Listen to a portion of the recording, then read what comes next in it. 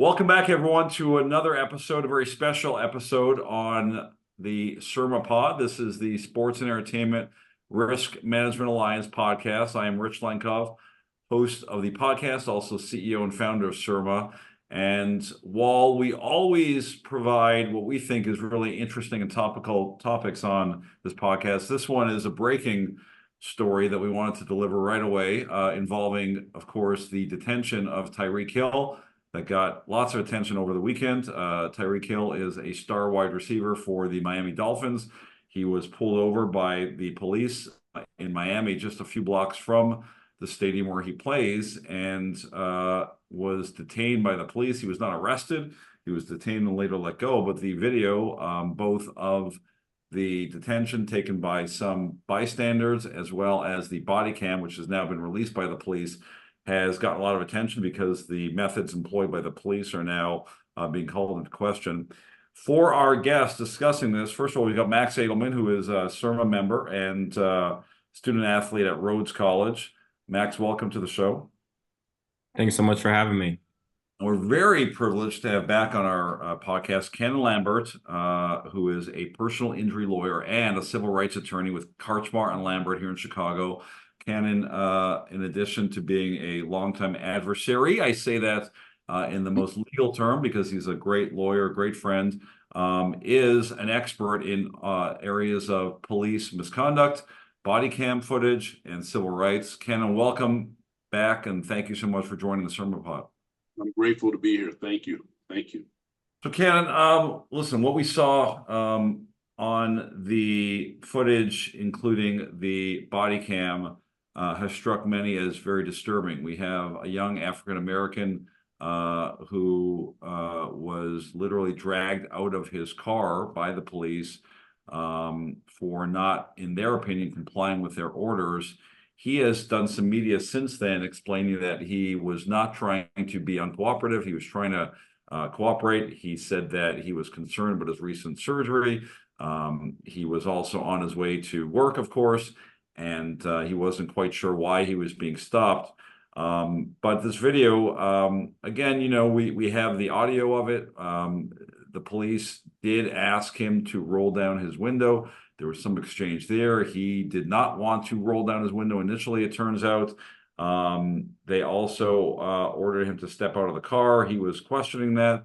From my perspective, it certainly seems as though the police were being incredibly aggressive with him, both in, at the time they stopped him and also in the manner in which they physically took him to the ground. He was not resisting at that point, from my perspective. And then just, putting him down face first on the pavement seemed a little aggressive. What's your perspective on this? So, it's interesting. A lot of people they're sharing your view of this, and I do too. But what I think we need to take from this is the reality is that this is pretty ordinary. The way that the officers took him out of the car and put him to the ground is commonplace. It happens all of the time. And it happens in the manner that this happened all of the time. And so if this particular instance is objectionable to us, then I think we should let that be our guidepost. It has to be unacceptable continuously. And that then calls into play the question of whether or not the way policing is being delivered is truly appropriate. We can't say that because he's a celebrity, because he's a star athlete, that it's somehow unacceptable. It's egregious. If you look at what the Dolphins did, they came out very forcefully against what happened to him.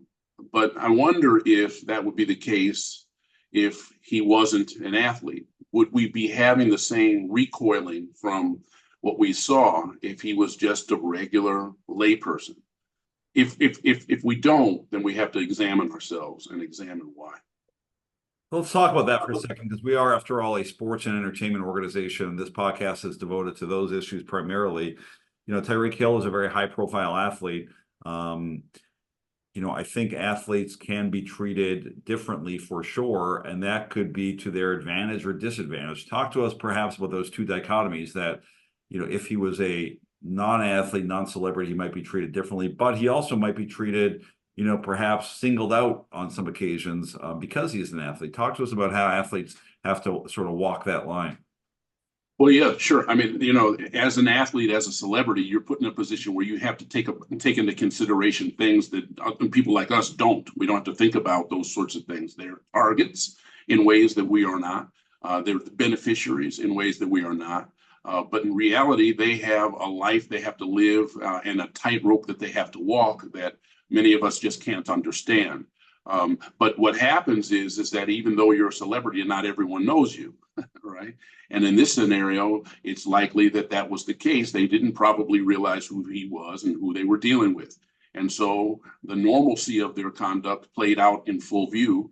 And that normalcy is egregious in our minds. We see what we see. We find ourselves recoiling from the way that they dealt with him, why they had to put their knee in his back and put him on face down on the ground, and that sort of thing. For a traffic citation is just beyond me. It doesn't make any sense. It just doesn't make any sense. It's not what policing is supposed to look like.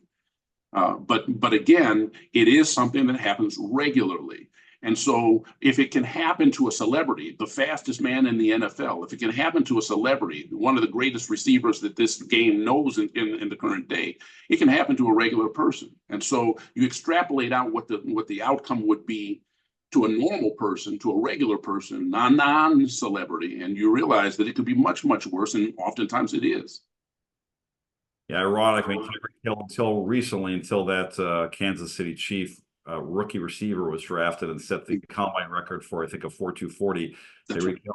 I mean, he's still the reigning fastest man in the NFL, but ironic that Miami-Dade are the only defenders who could possibly stop Tyreek Hill, but they couldn't, right? Because we know that he went out and for the longest touchdown of his career, an 80-yarder in the game, just a couple hours later.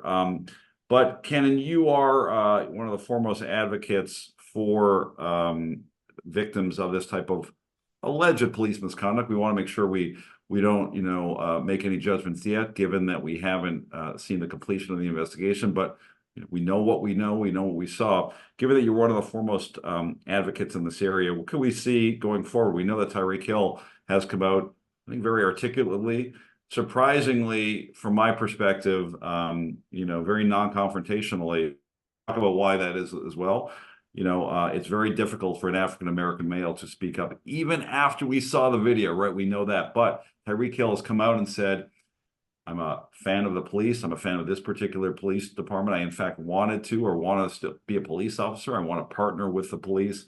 Now, his agent, who, by the way, if you could pick the worst person to be with as a witness, the best person from an advocacy perspective, it's Drew Rosenhaus, right? I mean, Drew Rosenhaus is like one of the biggest bulldogs in sports history, right? For going back 35 years, and he was there. Drew Rosenhaus has come out and said, we're going to pursue every legal avenue we have. So what can we see going forward? What do you expect? And what do you think early on the liability of the police department looks like here? Well, I'll tell you, I'm an advocate of the police. I think most of us are. I mean, we all want to be able to call the police when there's something that happens to us or to someone we care about or someone that we see that shouldn't be subjected to victimization. We want to be able to call the police and gain their assistance. I think we all support law enforcement. We just support quality law enforcement. Right now, I think the law lags. We know that the law often lags way behind what seems to be moral. We know that the law often lags way behind what seems to be right and just. There was a time where it was okay for me to be in shackles. I was supposed to be a slave. That was okay in this country. The law sanctioned that. It changed, and the law needs to change. Right now, we have law enforcement that can act in ways that just don't seem to be right. It just doesn't make sense. In this particular instance, law enforcement is allowed to ask you to get out of the car. They're allowed to take you into detention. They can retain you, restrain you. They can do those sorts of things. I will tell you, I would be surprised. Let me say this: if it was not Tyreek Hill and someone were to come with this video to the average attorney that works in this area, they would struggle to find representation. And the reason for it is because it would be recognized that it's unlikely, highly unlikely, that the courts would recognize a cause of action that would be viable. Okay. Now, in this situation, because you have politics involved, because you've got power players involved, the probabilities are that if action were to be brought, there would be a greater sensitivity to what happened. What should happen going forward is that this should be a teachable moment. This should be a lesson. This should be an opportunity for people to look at how policing is being delivered and then reevaluate whether or not there are ways that we can better it. Cannon Lambert from Karchmar and Lambert. Get the Cannon. Don't Get the forget Cannon. Cannon.com. Thank you so much for joining us on this very important topic on the SERMAPod. Thanks for what you're doing. Thank you.